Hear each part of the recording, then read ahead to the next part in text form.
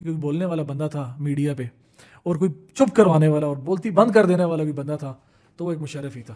بندہ ہی ایسا تھا. بندہ کہاں سے شروع کرے اس کہانی کو. میں جنرل مشرف کی بات کر رہا ہوں کہ ایک وقت تھا کہ اس کا پاکستان میں طوطی بولتا تھا. وہ کہتا تھا کچھ ہو جائے تو کوئی ایسا بندہ نہیں تھا کہ جو آگے سے اس کو کہہ سکے کہ نہیں ہو سکتا. ایسا وہ کہتا تھا ویسا ہو جاتا تھا. جس طرح سے وہ چاہتا تھا وہ ویسے کر لیتا تھا. اس نے سیاسی پارٹیوں کو کہیں, اس نے ہمارے ملک کے آئین کو کہیں, اب جس طرح سے بھی آپ چلیں, جس طرح سے بھی آپ کہیں, تو اس بندے نے اس ملک کو, اس عوام کو, اس ملک کے لوگوں کو, ہماری آرمی کو, اس بندے نے اپنی مرضی کے ساتھ چلایا. اسپیشلی ہم کہیں کہ اندرون ملک اور بیرون ملک, ہماری وزارت داخلہ کہیں یا وزارت خارجہ کہیں, دونوں کو اس نے اپنی مرضی کے ساتھ چلایا.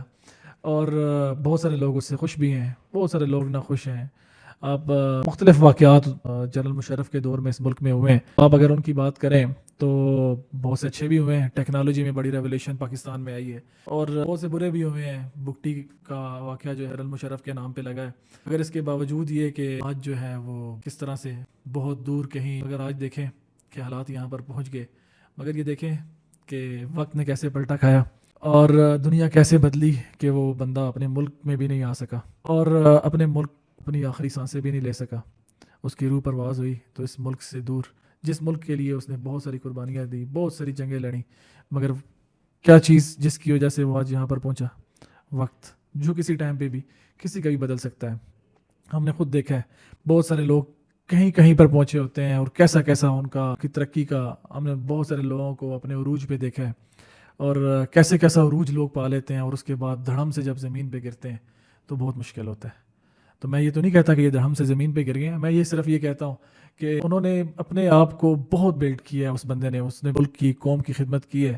کچھ کام ہوئے ہوں گے ان سے, میرا ان سے کوئی کنسرن نہیں ہے, اور معاملہ اس کا اور اس کے رب کا ہے. اب ہم ان کے اس کے بارے میں کوئی بول نہیں سکتے ہیں کہ ہم کیا کہیں, مگر یہ ضرور ہے کہ جو پاکستانی یا سینٹ میں جو کچھ آج ہوا ہے یہ نہیں ہونا چاہیے تھا.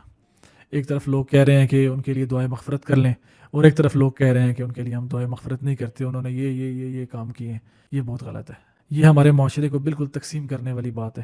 کیسے آپ ایک بندے کے بارے میں جس کی ڈیتھ ہو گئی ہے, اور جس نے اپنی آخری سانسیں اپنی وطن کے لیے دیار غیر میں جا کے دی ہیں, اور اس کے لیے آپ یہ کہیں کہ وہ اس ملک کو چھوڑ جائے, اور اس کے لیے آپ یہ کہیں کہ ہم اس کے لیے دعائیں مغفرت نہیں کرتے. ایک مسلمان ہونے کے ناطے کسی کو کیا پتا ہے کہ اس کا اگلا آنے والا جہان کیسا ہے, اور اس کی اگلے آنے والی دنیا کیسی ہے. اور وہاں پر تو ایک خاتون نے کسی بلی کو پانی پلا دیا تھا تو اس کی مغفرت ہو گئی تھی. تو یہ تو مسلمان ہے, اور کلمہ گو مسلمان ہے, اور اس کے لیے یہ کہنا کہ ہم اس کے لیے دعا نہیں کرتے. ہماری سوسائٹی کو کتنا تقسیم کر دیا گیا ہے, اور کتنا ایک ایشو کو جو کہ میرا خیال ہے غیر سیاسی تھا اس کو سیاسی بنا دیا گیا ہے. اور ابھی لوگ یہاں سے اٹھ رہے ہیں اور کہہ رہے ہیں کہ ہم جو ہے ان کو سرکاری پروٹوکول نہیں دینے دیں گے اور یہ نہیں کرنے دیں گے. جس بندے نے اتنا سب کچھ پاکستان کے لیے کیا ہے, کہتے ہیں کہ کسی بندے کے بارے میں اگر یہ دیکھنا ہوگا نا وہ کیسا تھا تو اس کے دشمن سے جا کے پوچھو, دشمن ایگزیکٹ بتائے گا کہ وہ کیسا تھا. اب آج بھی جا کے انڈین سے پوچھیں, آپ جتنے بھی انڈیا کے صحافی ہیں ان سے پوچھیں تو وہ آپ کو بتائیں گے کہ کوئی بولنے والا بندہ تھا میڈیا پہ اور کوئی چپ کروانے والا اور بولتی بند کر دینے والا کوئی بندہ تھا تو وہ ایک مشرف ہی تھا. کہتے ہیں کہ یہ جو ہے وہ 5th جنریشن وار چل رہی ہے, تو اس 5th جنریشن وار کو بھی وہ اپنے الفاظ سے کیسے سمیٹ لیتا تھا, کیسے یہ 5th جنریشن وار کو بھی جیت لیتا تھا. یہ اسی کا ایک کمال تھا, اور جانے والوں کی خوبیاں ہی دیکھنی چاہیے.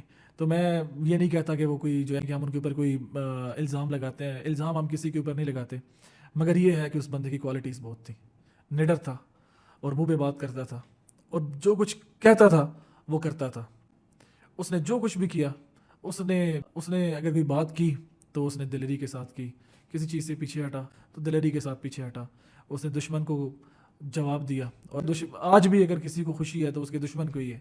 آج بھی اگر کسی کو خوشی ہے تو میرے خیال میں انڈین میڈیا کو ہی ہے کہ آج میڈیا انڈسٹری میں کوئی جواب دینے والا پاکستان کے حق میں, اور باقی سب کو خاموش کرنے والا بندہ شاید اس دنیا سے چلا گیا.